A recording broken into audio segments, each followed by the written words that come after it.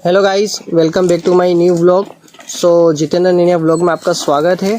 और आज हम लोग आए हुए हैं दिव्य शक्ति विकास केंद्र में। गुरु जी, आपका नाम बताइए।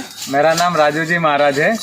हम कहाँ आए हुए हैं? हम मध्य प्रदेश के अलीराजपुर डिस्ट्रिक्ट के जोबट क्षेत्र से ग्राम छोटी खट्टाली गांव में है, पुजारा फलिया। आज हम किस चीज़ के बारे में बात करना चाहते हैं? यहाँ पर आए आज हुए हम हैं गाय के बारे में बात कर रहे हैं। कहाँ से लाए हैं आप गाय? गाय तो हमारे यहाँ बहुत सारी गाय अपने यहाँ थी, और अभी कुछ दिन पहले हम लोग गुजरात से कुछ गाय लाए हैं। गाय के बारे में आप लोगों को कुछ बातें बता रहा हूँ, और पहले मैं आप लोगों को गाय से भी थोड़ा मिलवा देता हूँ, क्योंकि आजकल लोगों को ये भी पूरी जानकारी नहीं होती है कि देसी गाय कौन सी होती है। और बहुत से लोग ऐसे होते हैं कि गिर गाय को भी बोलते हैं ये विदेशी नस्ल है या ये देसी नहीं है। लेकिन भारत में करीबन 40 प्रकार की गाय है, अलग अलग एरिया के हिसाब से अलग अलग गाय हैं। और देसी गाय की महिमा तो अनंत है। ऋषियों ने बहुत ही प्रशंसा की है। तो इसी संदर्भ में बहुत से लोग ये बातें कहते हैं कि गाय विश्व से मात्र है, गाय पूरे विश्व की माता है। लेकिन हमें न केवल भावना के साथ जुड़ने से काम नहीं चलेगा, रियल में व्यक्ति को गाय के साथ जुड़ना चाहिए। क्योंकि हमारे यहाँ पे लोग गौमाता की जय तो बोलते हैं, बहुत से लोग गाय को प्रणाम करते हैं, गाय के प्रति बहुत आदर करते हैं। लेकिन आज इस देश में नकली दूध की बहुत ज़्यादा प्रचलन हो चुका है। अगर हम बात करते हैं कि अगर किसी गांव में अगर 1000 लोग रहते हैं तो 1000 में से 900 लोग तो डेयरी का दूध पिएंगे, या जर्सी का दूध पिएंगे, या भैंस का दूध पिएंगे। तो भाई जब बोलते हैं कि हम राम जी के वंशज हैं, गाय का दूध जब पीना भगवान के श्री कृष्ण के वंशज है, तो देसी गाय के दूध से प्यार होना चाहिए। देसी गाय के दही से बिलोना किया हुए मक्खन से प्यार होना चाहिए।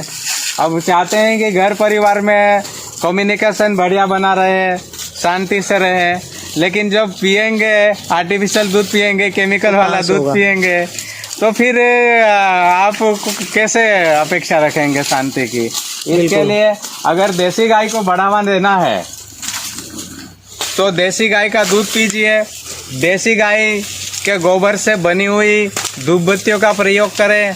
अगर किसी को तनाव रहता है, अनिद्रा की समस्या रहती है, एलर्जी जैसी समस्याएं रहती है, तो देसी गाय के घी को आप नाक में डालिए।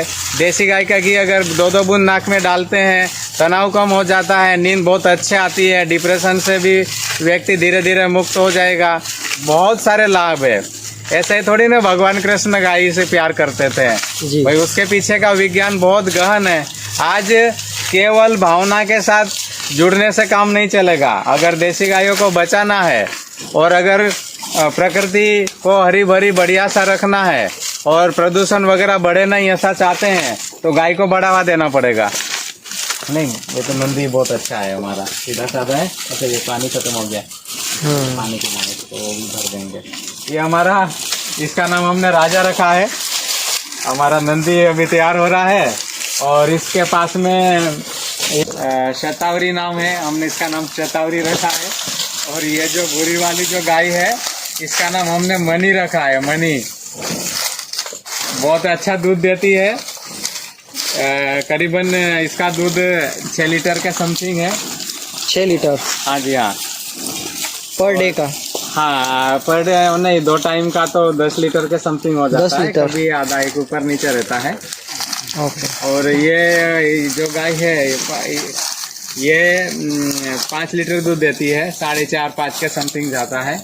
इस तरह की सबकी गायों की अलग अलग क्षमता है। कोई कम दूध देती है, कोई ज़्यादा देती है। और उधर वाली गाय जो है वो गंगा नाम रखा है, उसका नाम जमुना रखा हुआ है। और हमारे नंदी का नाम राजा है।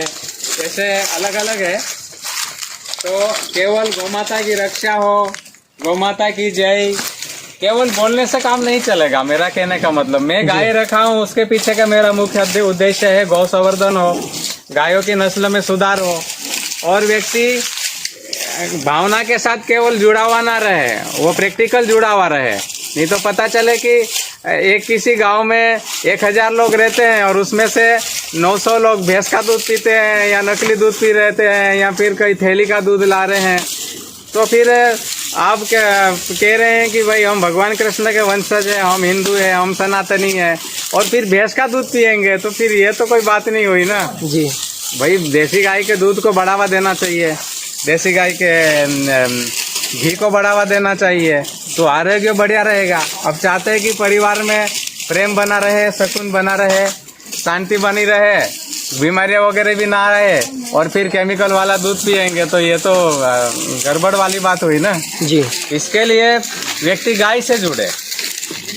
मैं देसी गाय के घी के बारे में आपको 2 शब्द बता रहा हूँ जी। कोई व्यक्ति बोल रहा है नहीं कि हमें बहुत तनाव रहता है, हमें ठीक से नींद नहीं आती है, और अगर घर में छोटे बच्चे हैं तो छोटी छोटी बातों में हाइपर हो जाते हैं, अपना संतुलन खो देते हैं, तो और बहुत से लोगों को नींद में बहुत खर्राटे आते हैं। इन सारी समस्याओं का समाधान चाहिए तो केवल मेरी बात को सुनना नहीं, आप प्रैक्टिकल करके देखिए।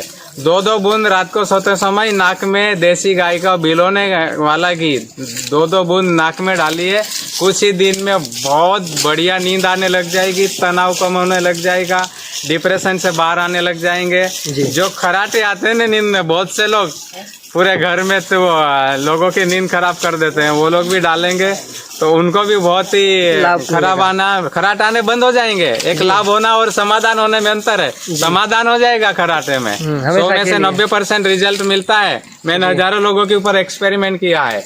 देसी गाय का चाहे घी हो, चाहे गोमूत्र हो, चाहे गोबर हो, चाहे दूध हो, मैंने सभी चीजों के ऊपर प्रैक्टिकल मैंने काम किया है। वर्षों तक मैंने पंचगव्य के ऊपर अभ्यास किया हुआ है, और उसी बात को ध्यान में रखते हुए मैं ये सब देसी गायों को मैंने रखा हुआ है ताकि लोगों को इसका लाभ मिलता रहे।